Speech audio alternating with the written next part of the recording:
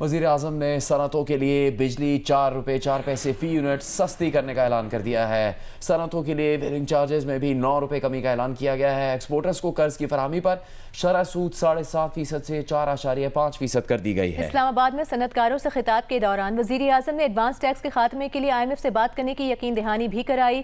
وزیر اعظم نے کہا کہ صنعتوں کو مزید سہولیات دینا چاہتے ہیں لیکن ہاتھ بندھے ہوئے ہیں۔ شہباز شریف نے گورنر اسٹیٹ بینک کو تاجروں اور صنعت کاروں سے مل کر تگڑے فیصلے کرنے کا مشورہ بھی دیا۔ آج میں جو انڈسٹری کے لیے جو ٹیرف ہے اس میں 4 روپے 4 پیسے کمی کا اور اعلان کر رہا ہوں۔ ویلنگ چارجز کا آج میں اعلان کر رہا ہوں، وہ 9 روپے سے کم ہوگی انشاءاللہ، 9 روپے۔ اس وقت جو ایکسپورٹ ری فائنانس اسکیم جو ہے وہ 7% پہ ہے، بینکوں کی بھرپور معاونت سے، اور میں ان کا تہ دل سے شکر گزار ہوں۔ اس لیے میں اس کے بعد ان کو بھی میں نے ٹرافی دینی ہے۔ ان کے معاونت سے جو یہ جو فار ایکسپورٹرز، اس میں 7.5% سے مزید کمی کر کے 4.5% ہم لے کے آ رہے ہیں۔ جو ڈوم سیئرز ہیں، جو نئے سیئرز جو ہیں، میں ان کی خدمت میں صرف یہ عرض کروں گا کہ ان کی تو اس وقت نیندیں حرام ہو گئیں جب IMF کے ساتھ پیرس میں 2023 میں میری ان کے ساتھ جب بات شروع ہوئی تو ان کی تو نیندیں حرام ہو گئیں کہ جب پاکستان ڈیفالٹ کر رہا تھا، ہم نے دن رات جا کے منتیں مانگی اور نیاز دی اور دیگیں بانٹی کہ پاکستان ڈیفالٹ کر جائے۔ یہ کیا بات ہوئی کہ بات چیت چل پڑی، اور جب اسٹینڈ بائی پروگرام آ گیا تو ان کے ہوش اڑ گئے، اس لیے کہ وہ پاکستان کے ساتھ صریحاً دشمنی کر رہے تھے، پاکستان کی وہ جڑوں کو کاٹنا چاہتے تھے۔ میں سمجھتا ہوں کہ ہم سب پالیٹکس کریں، ہم سب کو حق ہے، لیکن ملک ہوگا، پاکستان کی عزت ہوگی تو سیاست ہوگی۔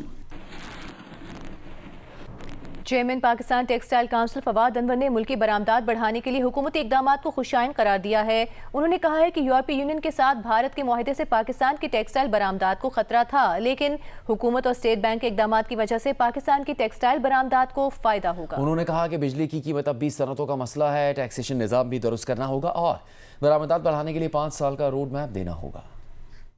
This is a very, very needed and a very welcome decision جو پرائم منسٹر نے آج کیا ہے۔ ایک بڑا ٹف ڈیسیشن تھا، ہمارے ہاتھ بندھے ہوئے ہیں، not only because of IMF لیکن ہمارے پاس fiscal space بھی اویلیبل نہیں ہے، تو it is a very brave decision جو پرائم منسٹر نے لیا، اور میں ان کو مبارکباد دیتا ہوں کہ he understands کہ how important کہ ایکسپورٹ کی ضرورت ہے۔ ایکسپورٹ انڈسٹری کولیپس ہو رہی تھی، اوور آل مینوفیکچرنگ ہماری پھنسی ہوئی ہے، جس کو ٹریگر کرنے کی ضرورت ہے کہ ہم اسٹارٹ کر سکیں۔ ویلنگ جو ایک نیا کانسیپٹ ہے اور جو ابھی پالیسی اس کی فائنل ہوئی ہے، ابھی تک ویلنگ شروع نہیں ہوئی ہے اور ہو جائے گی انشاءاللہ۔ وہ پہلے گورنمنٹ نے 12.5 روپے اس کو فکس کیا تھا اور آج اس کو 8.5 روپے دیا ہے۔ اس کا مطلب کہ جس کو بھی ویلنگ کروانی ہے وہ اپنا پاور پروڈیوس کرے، اپنا ڈائریکٹ اس سے کانٹریکٹ کرے، اور جو ڈسکوز ہیں ان کو وہ 8.5 روپے دے گا۔ اس پہ بھی ایک بڈنگ پروسیس گورنمنٹ نے کہا ہوا ہے، کیونکہ اس پہ انہوں نے 800 میگا واٹ بجلی فکس کی ہوئی ہے کہ 800 میگا واٹ کی ہم اس بلنگ الاؤ کریں گے فرسٹ فیز میں، اور اس پہ جو ہوگا وہ 8.5 روپے کے بعد اس پہ بڈنگ ہوگی اور آپ جتنے پہ لینا چاہیں۔ یہ دونوں فیصلے جو ہیں یہ ڈیفینیٹلی بہت ٹریگر کریں گے جو ہماری ایکسپورٹ بالکل بند ہو کے رہ گئی تھی، یا ہمیں کیش فلوز کے ایشوز آنے لگے تھے because of the losses. Chairman Nishat junior group Shahzad Saleem نے وزیر اعظم کے اقدامات کو خوشائن قرار دیا اور کہا کہ اس سے صنعتوں کو فائدہ ہوگا۔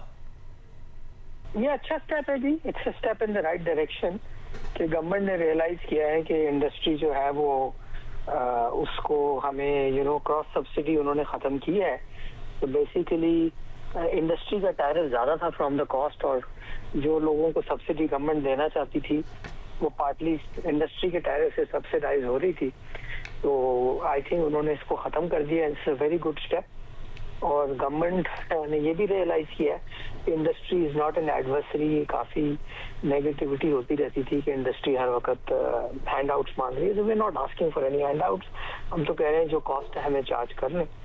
تو میرے خیال میں یہ بڑا خوشائن اسٹیپ ہے، اور اس سے جو ہے وہ کچھ مسائل حل ہوں گے۔ We still have a long way to go. ہماری کرنسی جو ہے پاکستانی روپے وہ اس وقت آرٹیفیشلی بہت اسٹرانگ ہوا ہے، so that is also a subject we are talking to the government about interest rates